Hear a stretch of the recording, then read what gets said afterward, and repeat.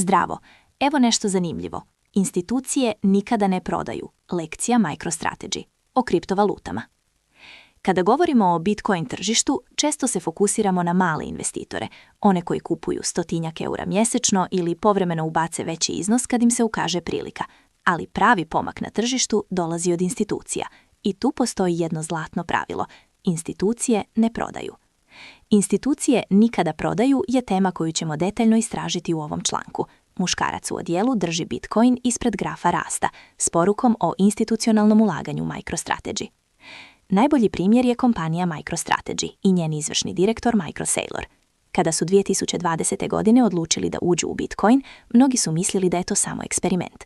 Ali umjesto da kupe malo i stanu, oni su otišli do kraja. Izdavali su obveznice, pozemljivali milijarde dolara i pretvorili bilans kompanije u Bitcoin trezor. Danas MicroStrategy drži 100.000 bitcoina i ne pokazuje nikakvu namjeru da ih proda. Njihova logika je jasna. Bitcoin nije investicija za preprodaju, nego imovina za trajnu akumulaciju. I nisu oni jedini. Univerzitetski fondovi poput Harvarda, Yalea i Stanforda djeluju po istom principu.